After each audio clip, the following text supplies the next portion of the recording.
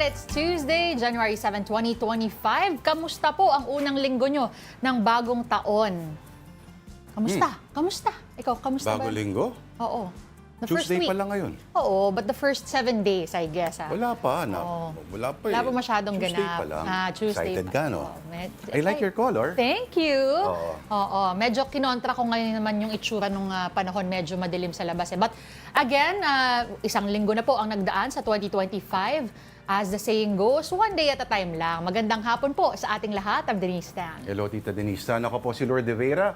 Iniisip pa rin ba ang gastos, ang butas na bulsa sa pitaka during the holidays? Ika nga ng kanta, let it go. Tapos na yon. Kikita ka pa rin. And for those of you with budget so tight, libre po ang afternoon delight.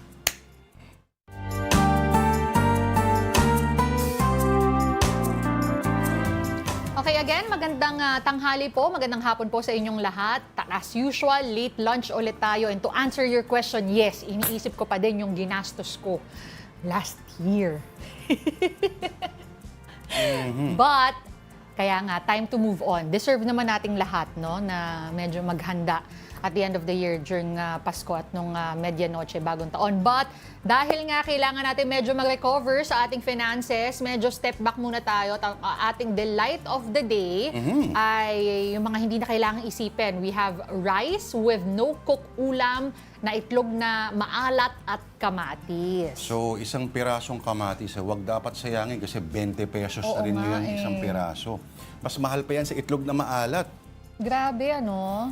Eto, yung total cost ng ating lunch ngayon ay nasa 174 pesos. Seryoso? So, oo. So yung pareho na. Ano na, Dalawang lahat-lahat isa. na. Oo. Okay, So sige. 40 pesos, 20 isang cup ng kanin. Uy! Mahal na rin ang Talaga? kanin, ano? 102 pesos naman for salted eggs kasi apat po yan. So 25.50 isa. Ito yung sinasabi mo. Yung kamatis, 32 pesos for two tomatoes. 16 pesos. Nahiya pa ng konti. Nahiya pa ng konti, oo. Pero alam naman natin, no, sinasabi nga nila, nasa 200 to 250 pesos na daw ngayon per kilo ang kamatis. At sobra-sobra talaga yung... Sa sinabi ng NEDA. Sa sinabi ng NEDA kasi, if you remember last year, ang sinasabi nila, a Filipino daw is not food poor kung kaya niyang maglabas ng 64 pesos per day. Pero yung 64 pesos, pang 3 meals. Paano? Magtawag tayong taga-NEDA. Subukan natin sa bigyan ng 64 pesos. Alam mo na, ang dami ko pinanood before nito, no? Mga YouTube videos. Sinusubukan nila yung 64 pesos. At syempre, nagkaroon ng mga konting skits. Yung iba, magluluto ng sinigang, pero isang strand lang ng kangkong yung bibilin sa palengke. Okay. Mga ganon. Kasi, paano mo nga naman ipapagkasya ang 64 pesos na may tamang nutrisyon? Minsan, hindi na nutrisyon talaga iniisip ng tao eh. Oy, laman siya na lang eh. Oh. Alam mo, kung tutuusin lang, kung yung karton pwedeng kainin, kakainin talaga ng Pinoy. At ang chismis, yung ilang mga siomay daw. May extender na karton. ganon. Masarap naman ba yung karton? Bakit hindi? Oo. Ngayon, okay. So, hindi lang naman yung economics yan. Kunyari, magluluto ka ng ganon ka magkano gagastusin mo doon sa gas? Diba? O minsan, kung hindi gas ang gamit mo, yung kuryente pa ng mga ganon. Oo. Medyo, sabihin natin na from an economic point of view para sa maraming tao, yung economics sa talagang nararamdaman nila yung pinch pagdating sa bulsa, hindi maganda ang simula ng taon. Mukhang ito ba'y magiging election issue, Tita D, no? Sa midterms, tingnan natin. Alamin natin. Pero alam mo naman, Pinoy, mabilis makalimot paminsan-minsan kahit ilang buwan lamang. Ay, ano to? Ikaw ba yung nakapanood doon ng Squid Game? Ano kinala? Hindi, meron Squid kasi- Game? oo. Hindi ko pa natatapos. Yung season 2. Inabutan mo na yung part, ay naku, baka mag-spoiler kasi. Anyway, meron kasing isang scene doon kung saan pinapapili sila ng pagkain o kaya nung... Yes, sa first part pa lang nun, di ba? So parang it's a quick solution or the possibility of something else. So ang nangyayari, madalas ay kinukuha natin yung quick solution. Di ba? Well, oo. May medyo makulay na dialogo na usapin ito, no? Kasi pinapakita rin ito minsan yung tinatawag na gambler's mentality.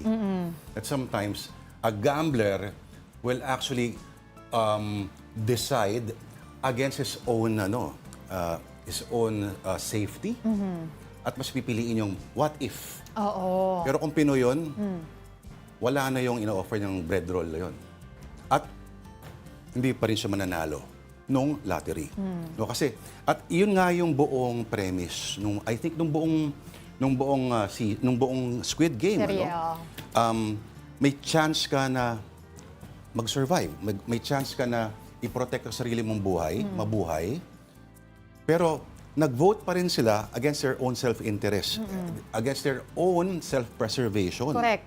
At mas pinili nila to keep on playing. Kasi ano to parang ang nangyayari, it's self-preservation versus fantasy self. Yung parang what I could become. Diba? What you could become. Or para sa iba, yung thrill din na may risk involved at ayaw nila aminin ito sa mga sugarol, ganun eh. At kapag nanalo sila, see, I told you so. Diba? Pero may hope din na perverse sense na sa mga ganun. Kung ikaw papipiliin, bread roll o ang matindi pang eksena, wala naman tayong gini-giveaway dito. Yung tinapaktapakan. Oo nga, ni no? Pogi, Oo, just to really make a point. Oo. Parang, sayang yan. Oo. Ikaw ang nagsayang. Ikaw yung nagsayang. Correct. Pinapapili ko kayo eh. Diba? Ito hindi natin kailangan. Pero kung Pinoy yan, kakainin pa rin natin yung inapakan niya. Kasi nag-isupot naman eh. Actually, I was gonna say. Diba? Fight! Kung kailangan mo talaga at nakasupot naman. Pero may bansa, pag-uusapan mo ngayon, siguro yung bansa na nararamdaman din nila yung higpit sa ekonomiya. Ito na nga, yan ang sa mga storya natin on social media. First up is on the Associated Press. Canadian Prime Minister Justin Trudeau resigns as Liberal Party leader and will soon step down as Prime Minister. Nakaw. We're going to talk about that, but first, here's an analysis from AP. I intend to resign as party leader, as Prime Minister, after the party selects its next leader through a robust, nationwide, competitive process. Justin Trudeau has been Prime Minister for nearly a decade now, and the average shelf life of a Canadian Prime Minister is about 10 years. He's wildly unpopular in Canada, as many incumbent leaders are across the world post-COVID, inflation times.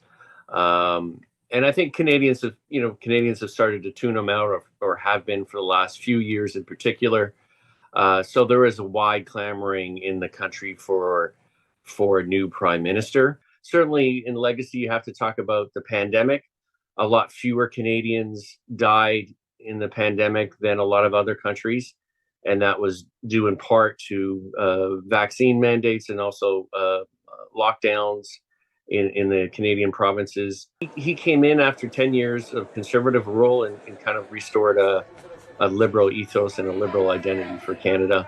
In the next 2 months, the Liberals will decide who will go up against Pierre Poilievre, who is the likely next Prime Minister. He is way ahead of the polls. And after 10 years of Liberal rule, Canadians may shift towards the right and elect a Conservative government. Pierre Poilievre, the leader of the Conservative Party, has long been known as the kind of the attack dog, the attacker-in-chief for the Conservative opposition party. He's been very effective in getting his messages across and attacking Trudeau. So they're not thrilled that they're not facing Trudeau in the next election. They would have loved to have faced Trudeau in the next election, because that was what the ballot question was going to be, and perhaps still will be, depending on who the Liberal leader is. Yan. Oo.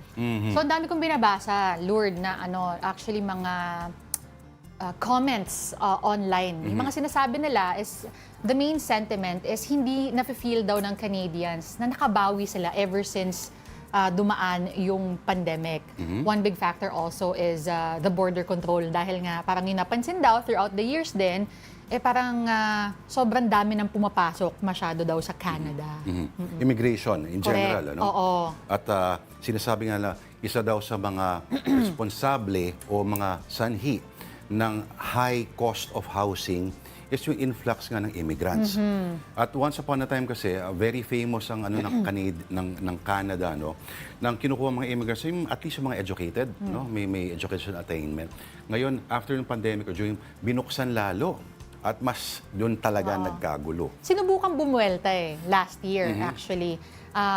Actually, it was, if I'm not mistaken, it was Peter Poliev mismo na nagsabi na, oo, sinubukan bumawi last year, but it was too late na rin. Pero binanggit pa si Poliev, in terms of conservatism, mas right-leaning pa ito than yung previous conservative leaders ng Canada. So, again, yung parang sa cultural movements, you always elect yung reaction mo doon sa kumbaga sa umiiral.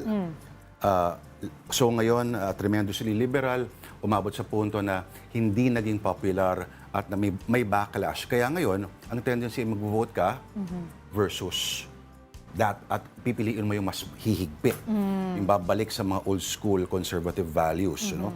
Well, hindi naman talaga ito resignation. Pero kung uusapin dito kasi ng yung surveys, popularity ratings ni Trudeau, isipin mo, yung sarili niyang finance minister na si Chrystia Freeland ay nag-resign. At yun ang pinaka-close, kanyang second in command at parang pinaka-alay niya, in an aide, nag-resign. Ito ay, sabi nila, nabanggit kanina sa report, natural cycle ng mga Canadian. Yes. Hindi lang, pero take note, hindi lang ito sa Canadian leaders. In fact, ultimo si Margaret Thatcher, yung Iron Lady ng Britanya, umaabot talaga sa punto na kahit gaano kakagaling, may mangyayari yung shift sa lipunan. Yeah. At ito ay ikaw, since ikaw yung in charge, ang mahanap ang tao ng masisisi at puputukan. Kaya nagkakaroon ng mga diktador, Tita Denise. Because kung ang tipo, ganyan tipo, kung hindi ka nakikinig sa tao at feeling mo mas tama ka, masihigpitan mo ang hold mo sa office. At magiging diktador ka. At magkakaroon ng oppression sa mga kumukontra sa'yo. Pero, again, hindi talaga resignation itong ginagawa ni Trudeau. At tandaan natin, yung binanggit niya kanina is, I intend. Yes. Oo, yun yung mismong words na ginamit niya. I intend to resign. Hanggang May kapalit. kapalit. At yung kapalit ito ay nationwide search for the next leader. So, isipin mo, may tinatawag na proroguing. So, in effect, this is suspending the parliament. So, walang activity sa pwedeng gawin ng parliament. Yes. Dapat kasi magbabalikan sila January 26. 26 or 20. Pero yun, so Marso pa sila muli magkukonvene para muling makaboto. But then again, ang partido nitong si Trudeau ay fighting for second or third place at most. At malabo nang sila ang mangibabaw talaga. Pero isa rin dyan, talagang patuloy ang pagtotroll kay Trudeau ni Donald Trump. Oo, yan ang susunod nating storya, this one, on the National Post, actually, trolling of Donald Trump. The U.S. President-elect again suggests that Canada should join the U.S. after Trudeau announces resignation. Isa kasi sa mga sinabi dito is hindi na daw kaya ng, is this a tweet? Pero may sinabi si Donald Trump na hindi na daw kasi kaya ni Canada yung high taxes na i-impose doon sa kanilang mga exports. 25% at dito, in effect, ito ay nagre-reflect pa rin kay Trudeau, At kung tutuusin mo, nagmumukha siyang weakling lumalabas. Well, good guy naman kasi si Trudeau talaga. Hindi siya yung parang ni Trump, pero merong video ko, ewan ko napanood mo to dati. Yung mga pogi boys like siya, si Trudeau, kasama yung si Mexican French, president, si Macron.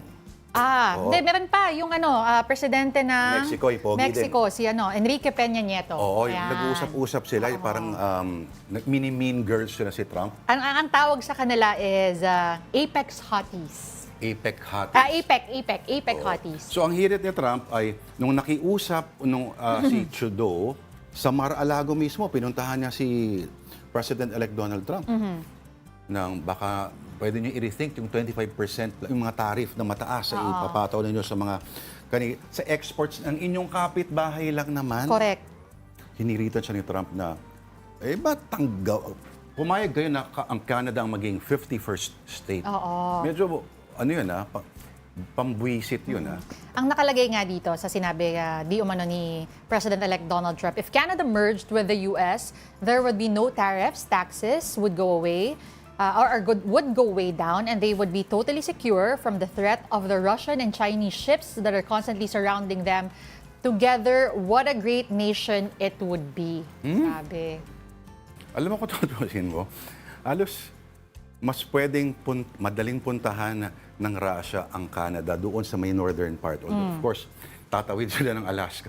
Pero, okay, ito ay wala naman talagang kalaban theoretically, historically ang Canada. Itong recent modern history. Although meron silang weird tiff ng Indian leader na si Modi. No? But, Yung mga Sikh immigrants, so, matindi ito, may ban, kontrahan sila ng ban. Pero alam mo, yung joke nila, kung bakit daw talagang galit itong si Donald Trump kay Justin Trudeau. Bakit daw? APEC baka mo. Sa APEC din nangyari ang picture na ito. Diba? Hindi pala APEC, G7 Summit. O yan, no? Noong... Ang kanyang may bahay. Diba? Actually, mas bagay sila eh. Diba? Tingnan mo, parang ito yung father-in-law niya, si Trump. Parang mag-ama sila. Pero yung look of love na tinatawag, Tita D, bilang babae, ano Dito ang basa mo? Sa angulo din kasing ito, mukhang mas malapit, ano? Yung kanilang... Oh my God! Siya ang First Lady ng Amerika. Never natin nakitaan si Melania Trump ng ganyang reaksyon pagkatabi ang kanyang asawa sa kahit anong event, maski sa mga immigration as a inaugurations, walang ganyan. Siguro, naisip ko yung dialogue may dialogue ka na in your head. Mamaya ikwento mo sa akin kung ano yung dialogue. Okay. Anyway, si Trudeau lang trivia. Go. Sinong iba pang world leader kilala mo na kumain Nang ano? sa Jollibee? Oo nga pala. Ito yung APEC. Yan. Oo. Siya ay pumunta sa anong branch ba? Ito, Malabon ata. Oo. Or sa Caloocan. Basta doon. Sa northern part ng Manila. At kita mo naman talaga, si Trudeau sanay sa mga people of different colors. Iba-ibang mga lahi. Yung multiculturalism ng Canada. Pero may mga kumain talaga siya ng Sumibog talaga Ano kayang order ni Trudeau? At may mga bata po, kita mo, di ba? Marunong ang kuya mo Correct. Parami kasing noipi sa Canada. Naku, naglo-load pa. Naglo-load pa, hindi tayo nagbayad ng load o ubos yung load natin sa internet. Anyway, yan. Ayan. Diba? Ay, ano tong hawak niya? Nakasupot pa. Ano yan? Mukhang take out yan? Mukhang Jollibee din kasi may Jollibee, marking of course, pero ano siya? Anong manok? Mukhang manok, pwede kasi Pero bakit ganyan yung kahon? Malaki? Nakakarton Pang maramihan? Hindi, naka-side view. Mukhang ilalim yan Mukhang ilalim yung part na yan. Marunong ang kuya mo. Tingnan mo kung iba lang yan, hindi makakalapit yung dyan. Of course, may security yung nakita doon. Pero ito, tingnan mo, kung makayakap yung store manager kay kuya. Pakita natin, hindi nakikita. Yan. Ayan. Diba? Kita mo, sumobra pa yung foundation ng ibang mga ate. Nagmadali. Ito yung part na yan, Diba? talagang nakadikit,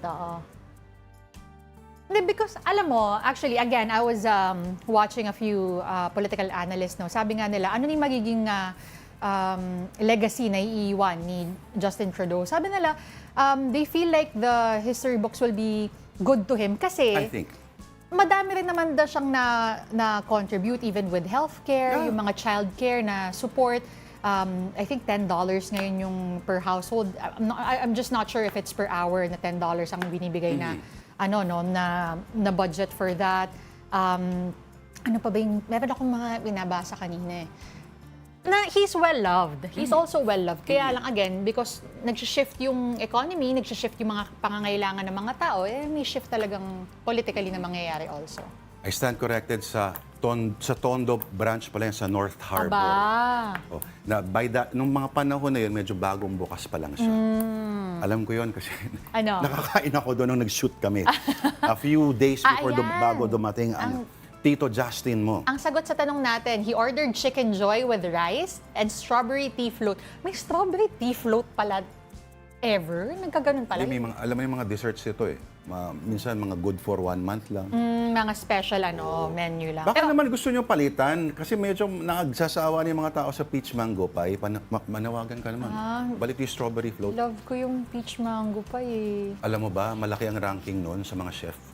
Talaga? Oo. Favorite ko yun. Kasi nung bata ko, yung dad ko, lagi niya ako pinapasalubungan ng peach mango pie. May peach mango pie ng kabataan mo? Oo naman, meron. Malaki pa noon, mahaba pa na na pie. Bata ako, ang may walang dessert yata ang Jollibee noon. Totoo. Burger pa lang. Kailan lang ang Sunday? Actually, McDonald's ang may mga Sundays. Ibalik niyo yung milkshake, yan. Pwede. Oo. Lalo ko nung maraming milkshake flavors sa McDonald's New Frontier. Nako. Kanya-kanyang tao talaga. Kanya-kanya talagang hilig yan, pero eto, parang halos ata ng tao talagang gustong-gusto and well-loved. Itong pag-uusapan naman natin next. On the Philippine Star, Pasig City Mayor Vico Sotto again tickles the funny bones of netizens. And here's a trending clip. Mga kapwa ko Pasigenyo, kung ang 2024 ay naging year of breakthroughs, ang dami talagang breakthrough. Ang 2025 naman, sa palagay ko, ay magiging year of growth. Pagpapalawak ng mga programa katulad ng local senior pension at marami pang iba. Kaya tuloy-tuloy lang po tayong magtatrabaho. Salubungin natin ang bagong taon, ang buong sigla, na punong-puno ng pag-asa. Muli po akong bumabati sa inyo ng isang maligayang 2025. Have a blessed New Year, everyone. Hindi ko na-gets. Kasi nag-exit frame siya. Oo. Parang nakaano siya, yung typical computer chair na may Oo, gulong. oo. Pero dahan-dahan siya umaalis na ganun. Oo. Ang ganyan parang gumaganyan lang siya.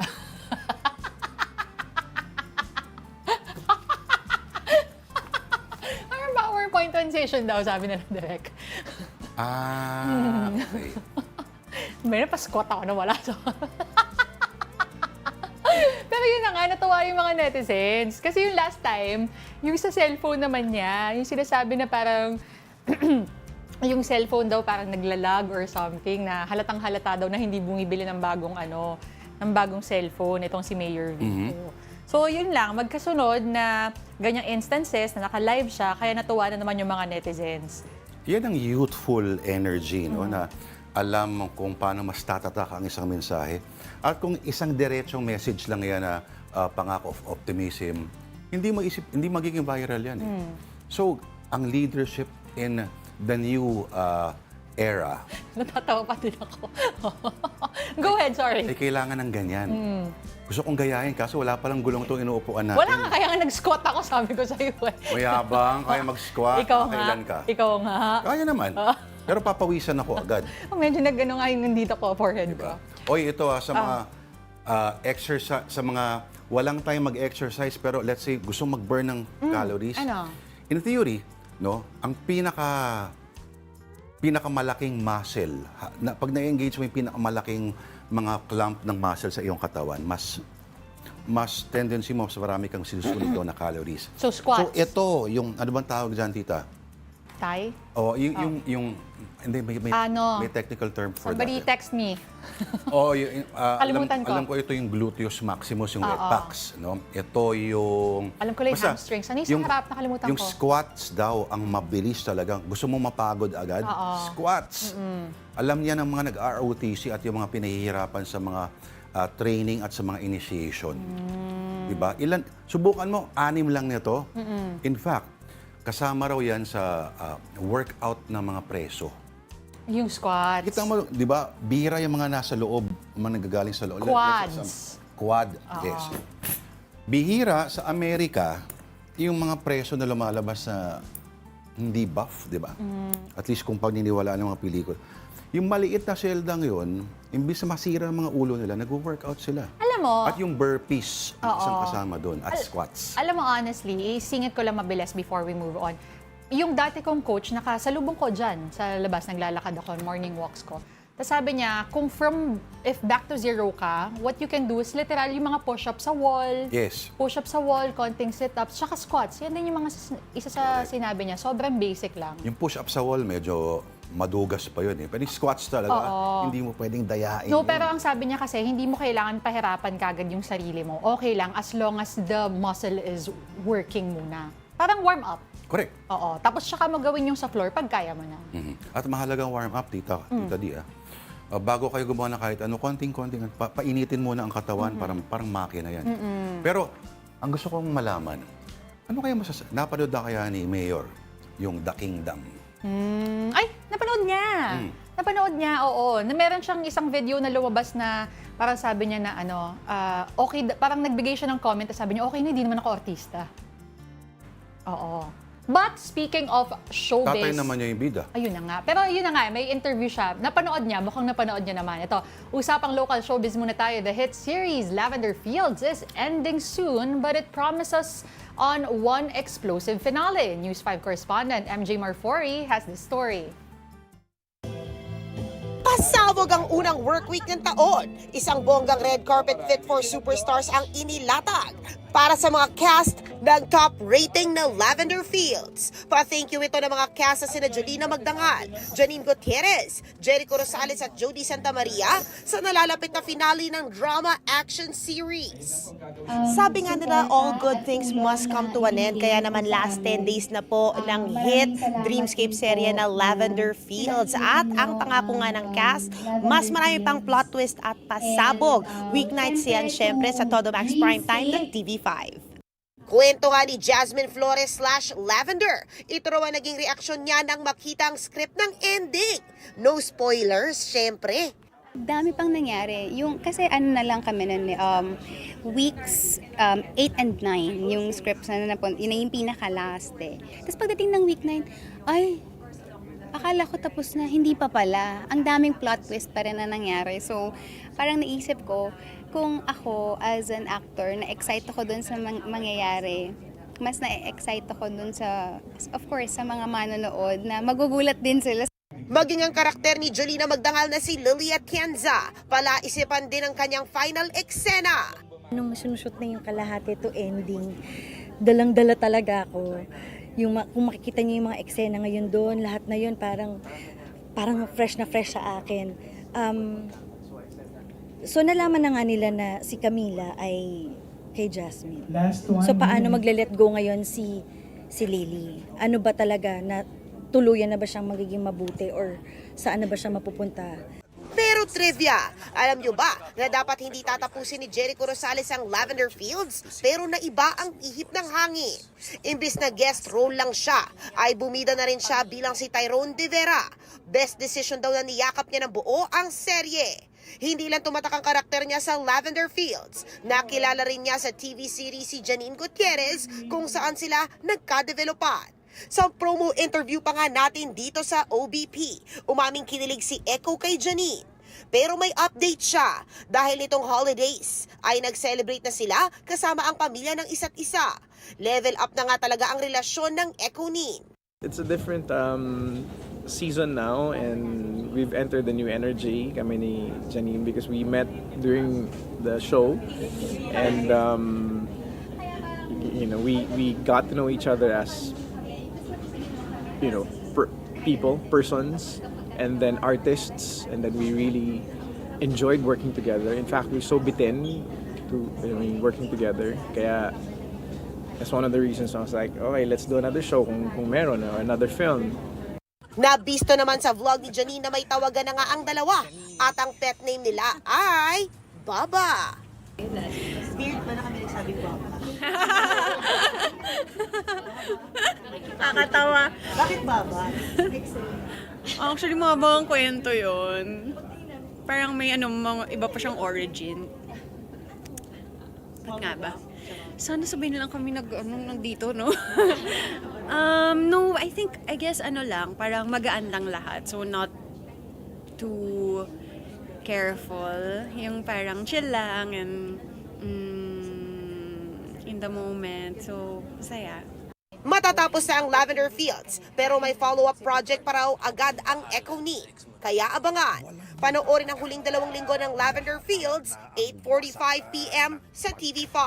You're trespassing. Ikaw kita. Anong teorya mo kung saan galing yung Baba? Di ba yung baba is really a term for like a term of endearment? Yun ang alam Ano? ko baba. Alam ko Gusto nga. sa Forrest Gump, di ba? Eh, Si yung Baba best Gump. friend niya. Oo, best friend niya. Oo. Eh, gotta go back to Baba! Ito, ang sabi ng aking AI, used as an affectionate form to address, a brother. Di ba? Yun yun eh. Oo. O, parang gano'n, parang No, pre. baba is a term of endearment mainly given to boys. Oo. Baka nanood sila ng Forrest Gump. No? At nagbuhatan sila. O, tapos, Baka ano siya, parang sa Korean, yung oppa. Pwede sa older brother or older male Pwede rin sa figure. jowa. Pwede rin sa... ganon. Baka. Hindi natin alam, ano? Hindi naman masyadong sikat yung baba sa atin, Baka sa Pilipinas. aabot ba balang araw may dialogue na, ang baba naman ang tingin mo sa akin? Bobo, Kochi! Okay, binabati namin ngayon ang lahat na nanonood sa Afternoon Delight via live streaming on Facebook, YouTube, and TikTok. Laya siya bigla. Okay. Masyado mabilis. Aray. Mabagal yung kay Mayor Vico eh. Okay.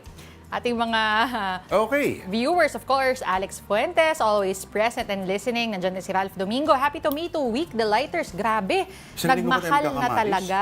Baka mga matis tayo niyan. Ito, si Tito Rafael. Oh, Tito Rafi. Tuesday ulit, laban ni Tu. Alam nyo na yun. Tuli yan, tuli. So nga kababa natin dyan.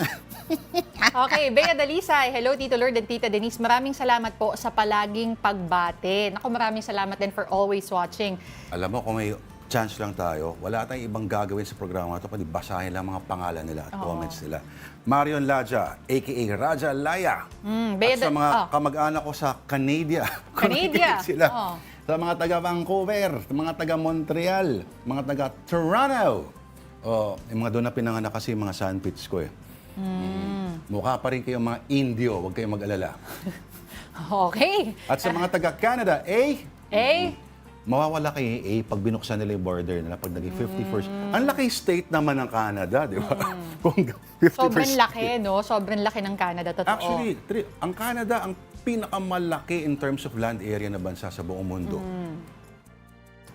Abangan natin kung anong mga, kung may mausong bago mga salita. Okay, Bea Dalisay, nagpahabol. Grabe, ang mahal na daw talaga ng kamatis. Siguro na-experience na rin yan. Eto, si Rudel Alcantara. Good afternoon to you both. Watching sa YouTube using bagong install na Wi-Fi. Itlog maalat, kamatis, sibuyas. Masarap yan. Namnamin. Ang mahal nga lang ng kamatis. Si Epic. Happy New Year, Tito Lourd at Tita Denise. Absent 4 weeks daw dahil nag-Osaka ang Tokyo for the holidays. Good for you, nakapagpahinga ka at nakapagbakasyon. Sana all. Oo. Elmo Cardenas, watching from Montalban, Rizal. Wow. Sino Sana pa? all. Ay, ito, si Mike Policarpio. O, Tito Mike. Tito Lourd and Tita Denise, mas masarap ang Jolly Spaghetti sa Pinas kaysa sa Canada. Talaga? Malamang. Feeling ko kasi may mga bagay na gaya ng minsan yung klase ng yung ketchup na ginagamit natin. Tsaka kailangan din kasi i-tweak. Diba? Pansinin mo, bakit iba-iba ang, let's say, McDonald's o ang Jollibee sa iba't ibang bansa? I-retain mo yung majority ng menu, pero kailangan mo din mag-adapt, of course, sa kung ano yung nakasanayan ng Dahil may mga bagay na mura dito na mahal doon. Halimbawa, yung adobo sa ibang bansa ay hindi lasa ng adobo dito. Dahil yung suka na klase na meron tayo, ay mahirap hanapin sa ibang bansa. Although may mga Filipino stores na naman. Ayan, alright. So, time to take a quick break. Hanggang alas 3 pa kami, kaya dyan lang kayo. In case you missed it, here are the clips from the recently concluded Golden Globe Awards, courtesy of the Associated Press. I am not here to roast you tonight. I want you to know that. And how could I, really? You're all so famous, so talented, so powerful. I mean, you could really do anything. I mean, except tell the country who to vote for. But it's okay. You can maybe put us in jail. You can beat us up, but you never can take away our soul, our existence, our identity. I was told that this film was undistributable. I was told that no one would come out and see it. I was told the film wouldn't work. And I'm not, I don't resent that.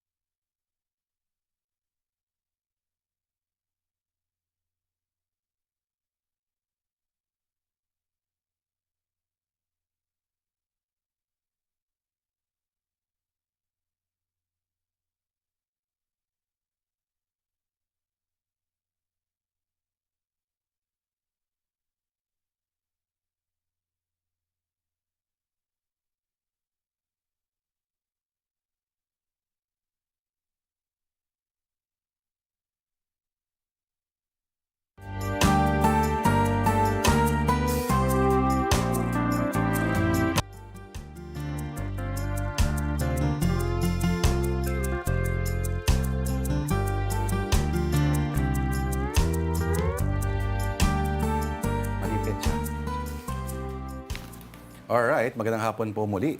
This is Afternoon Delight on One News. Ako po si Lourd Veyra with Denise Tan.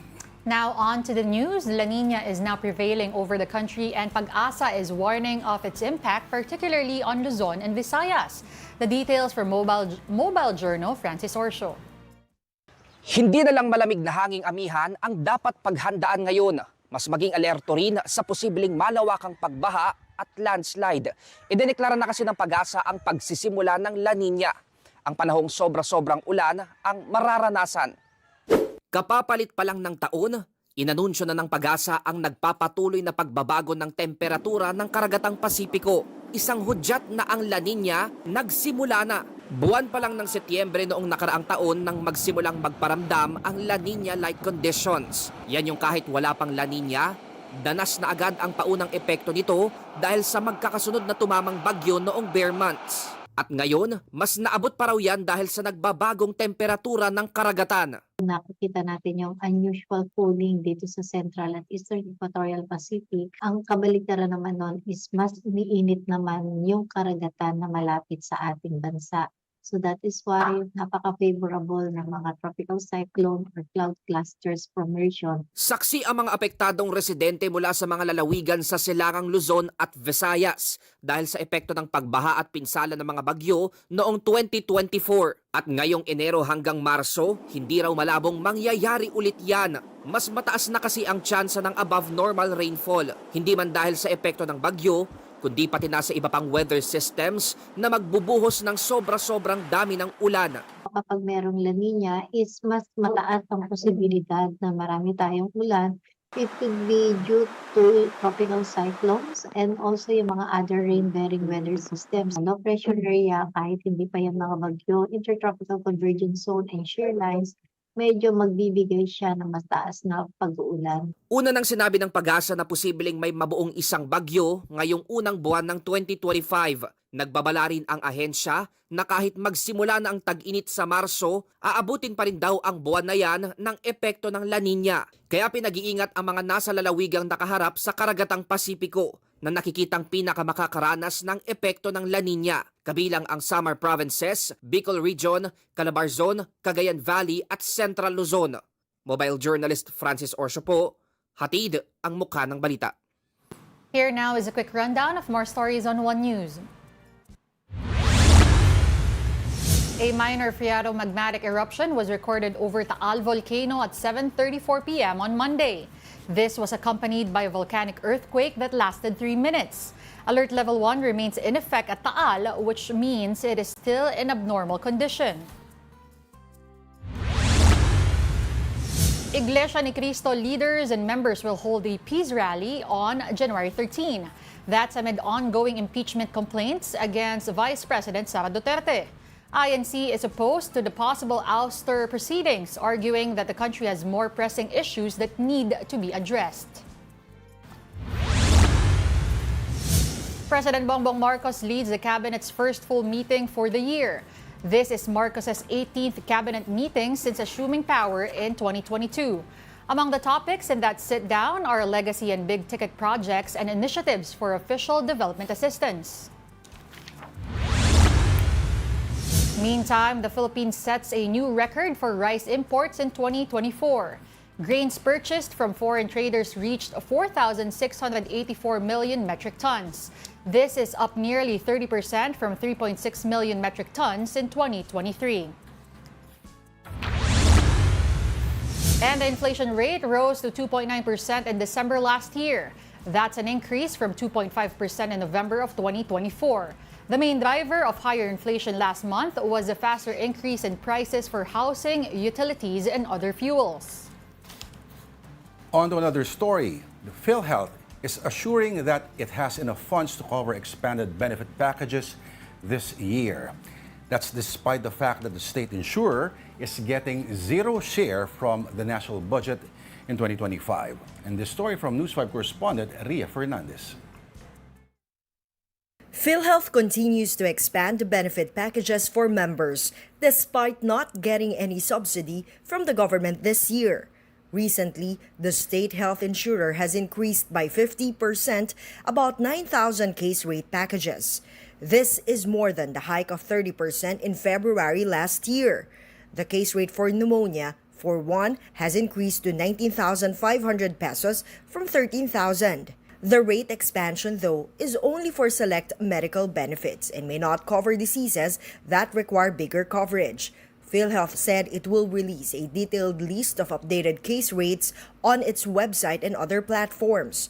In an interview with The Big Story, PhilHealth spokesperson Israel Pargas said they have sufficient funds to sustain its current and expanded benefit packages. We have enough funds to cover for our current benefits and even the expansion of this benefit for 2025. So we also assure our members and all our public PhilHealth members that we will continue to provide our benefits and even improve on them. Pargas also confirmed that there will be no increase in premium contributions. Actually, dun po sa Universal Healthcare Law, ang nakalagay po doon, ang ating premium increase is at the maximum of 5% na na-reach na po natin noong 2024. So wala na po tayong inaasahan na any premium increases. Pargas added that they are also studying if PhilHealth can decrease the contribution of its members. Recall that lawmakers have criticized the state insurer for having billions of pesos in excess funds. For News 5, Ria Fernandez, We Are One News. All right, meantime, the traditional pahalik of the Jesus Nazareno has begun, and for updates, we have Mobile Journal Amy Atienza live from the Quirino Grandstand. Okay, Amy, kamusta ang sitwasyon dyan? Gaano nakahaba ang pila? And meron ka bang rough estimate as to how many devotees are there already present?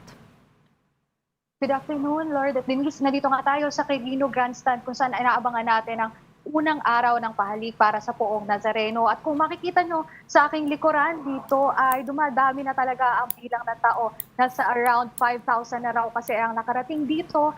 Yan ay around 2 p.m. Pero ngayon, dahil nga labasan na natin daw ng mga office jobs, tsaka daw ng iba't iba pang mga trabaho, at tsaka pasukan na rin kasi ay talagang inaasahan pa nila na mas dadami pa yung tao ngayong araw. At dito naman sa likuran, kung makikita natin yung pilgrim naman ng Nazareno. At dyan nga, sa likod niyan, doon pinupunas yung pangabimpo, kaya towel naman ng mga mananampalataya at deboto ng Poong Nazareno. Amy, ano naman pinagkakaabalahan ng mga deboto dyan? Ano? I mean, we can see what's happening behind you. May mga nakapila, may mga hawak na panyo, bimpo. Pero while waiting, dun para sa iba, anong kanilang ginagawa?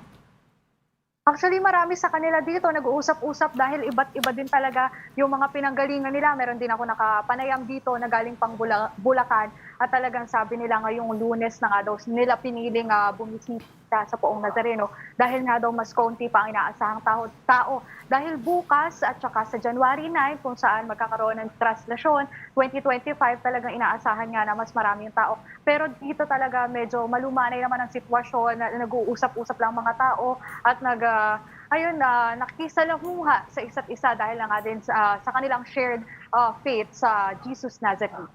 Amy, we also saw behind you kanina, no, nagpakita tayo, security personnel are in place.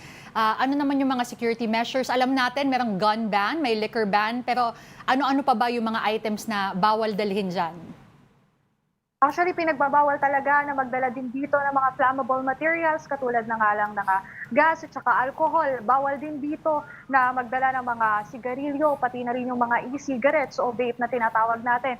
At bukod pa nga dyan, tulad na nasabi mo, Denise, bawal tayo magdala ng mga patalim.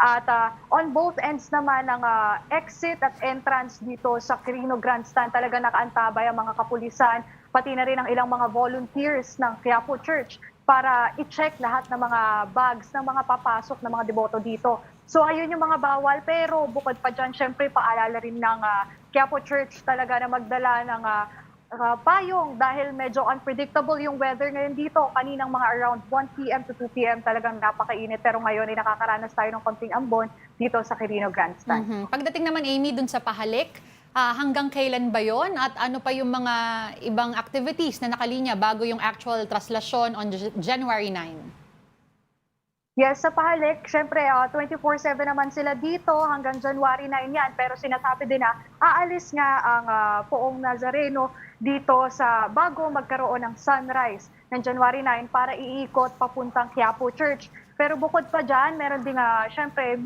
pamisa ang mga ang Quiapo Church. At yun nga ang pinakainaabangan yung Misa Mayor na mangyayari sa madaling araw ng January 9. So ayun yung talagang inaabangan ng mga mananampalataya at syempre inaasahan din na dadaluhan ng mas maraming deboto ng Poong Nazareno.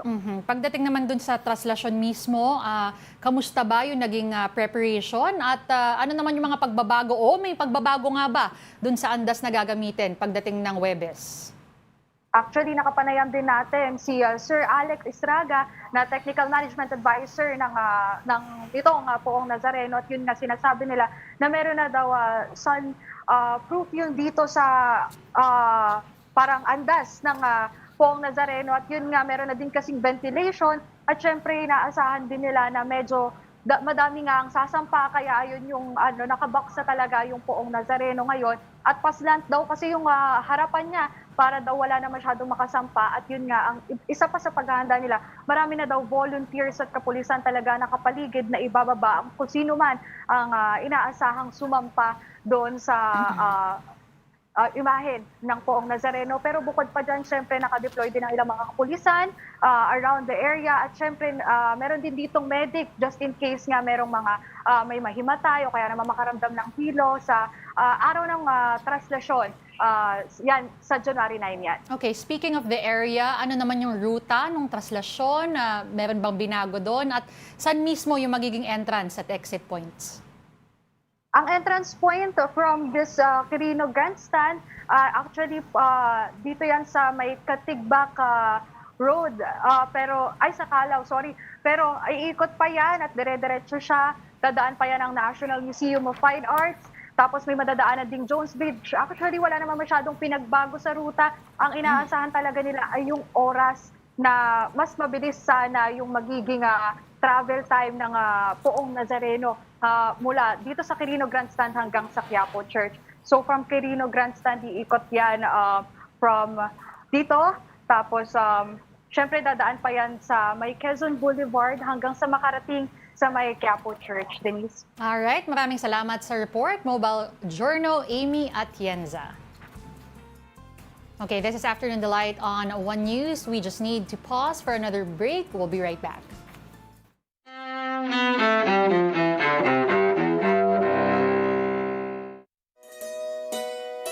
January 7th, 1789.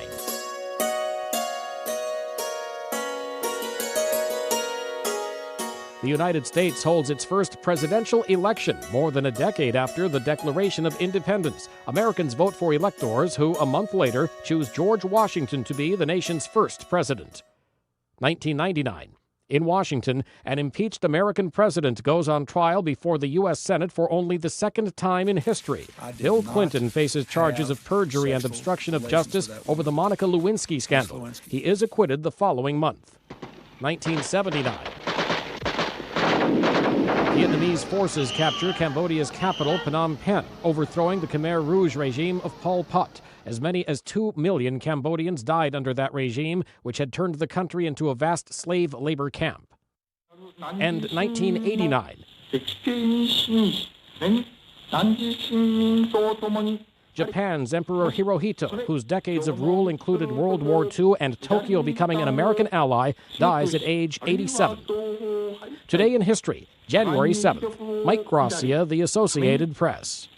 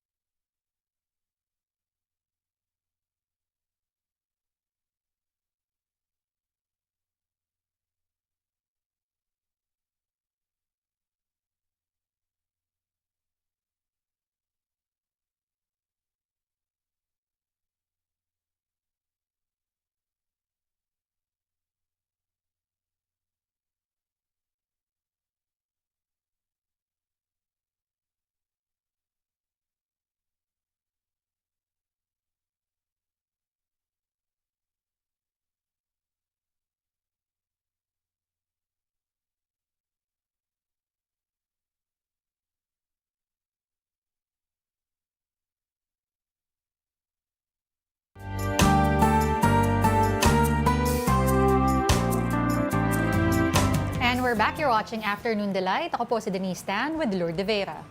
Now in sports, the Philippine national handball team brings honor to the country. That's after competing in the 10th Singapore Handball Open Tournament. Mobile Journal Denise Sancho has the details. Umaariba na naman ang mga Pinoy sa larangan ng sports. Dahil nito lang huling linggo ng December, nang iuwi ng Philippine National Men's Handball Team ang bronze sa isang torneo abroad.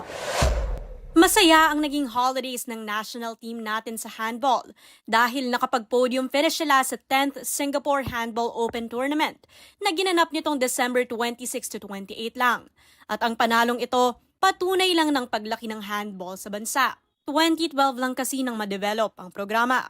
Handball, it's a team sport. It's an Olympic sport. It's like football, okay, so or more closer is futsal. Instead of kicking the ball, you use your hands, okay, your arms to pass the ball around and try to score a goal.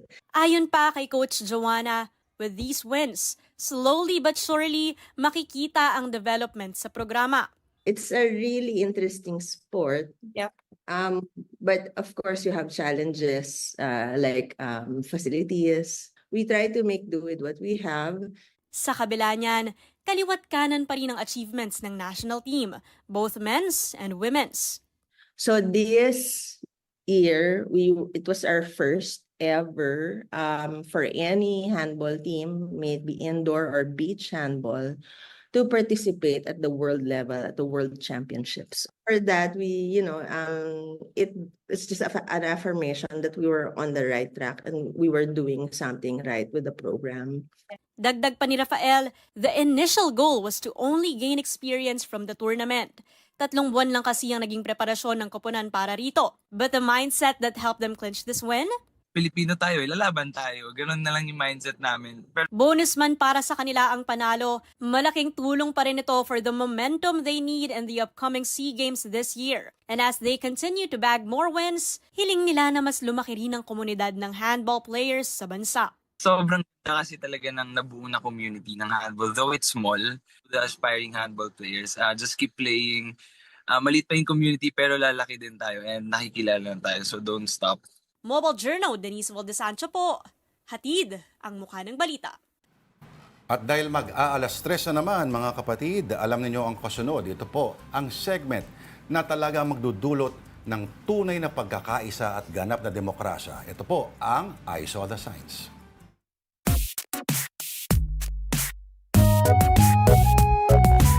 Yo! Anong edition tayo ngayon, Tito Denise? Yo! Yo, Baba! Ngayong Martes, Food Memes Edition po tayo. Okay, pakita na natin ang ating unang video tuloy. I'm on a diet. I used to eat 6 slices of pizza. Now I eat 30. Tama din naman. Anong problema dyan? Oo. May problema ba tayo dyan? Tama naman, diet, Nagtatrabaho nagbawas. naman tayo, di ba? At pinaghira. Hindi naman natin ninanakaw yung pizza na yan. Kasi yung slice pala, ganon. Mas malaki yung slice. Slice to a third. Hindi ko nakita grade mo sa math? Sa geometry? Hindi ko nakita nung una. Binasa ko lang yung caption. Okay. Kala ko kasi the joke is the caption itself. Well, kung New York naman. pizza yan, or Chicago pizza, malalaki normally mga slices. Oo. Tsaka yung Chicago, busog na busog ka nun, isa pa lang. Alam mo, may debate kung pizza ba talagang Chicago deep dish or hindi. Okay, sige. Second sign natin. It started out with a kiss. How did it end up like this? Hindi ko na-gets. Parang ano lang, kunyari maganda shirt ka, isa lang, titikim lang ako. Pampalis lasa lang, gano'n. Next thing you know, napakadami ng rapper sa tabi mo. Ay, nako. Relate na Who relate. else feels attacked? Okay, next. Yung kiss na chocolate, tangi. Oh, ano ba? Hindi ko lang na-gets. Okay. Oo. Gets mo? Yung kiss na kisses? Oo nga. Sorry. Malabo mata ko. Ito na. Eulogy for Egg. He died last Friday. Thank God he wasn't beaten. Don't worry. He went over easy. He's now on the sunny side. He's definitely in a better plate. May hindi siya nasama. Sinong nagsulat niya? Hindi ko rin alam. Nasaan na yung nilaga? Hindi, dapat yung mga puns nga eh. Hindi kaya nga, walang kasamang lutong ganun. Okay, sige po, kung meron kayong mga nakitang signs, please send them to us at afternoondelightON@gmail.com. Gusto ko pa sana pag-usapan yung itlog na yun eh. Anong meron sa itlog na yon? Ano We nila? start with an egg. We started with the egg and we end with eggs. Yan. Oh. Ako ay uuwi ko to. Oo nga eh. Sabi ko, sana hindi nakarinak yung itlog na maalat ko. I-ref ko na lang ulit. Madali lang gumawa ng maalat na itlog. Okay, that will do it for us this first Tuesday of 2025. Thank you for watching Afternoon Delight. I'm Denise. So join us again tomorrow, 2 p.m. Ako po si Lourd de Veyra. Have a delightful afternoon. Bakit pinaplay nila yun?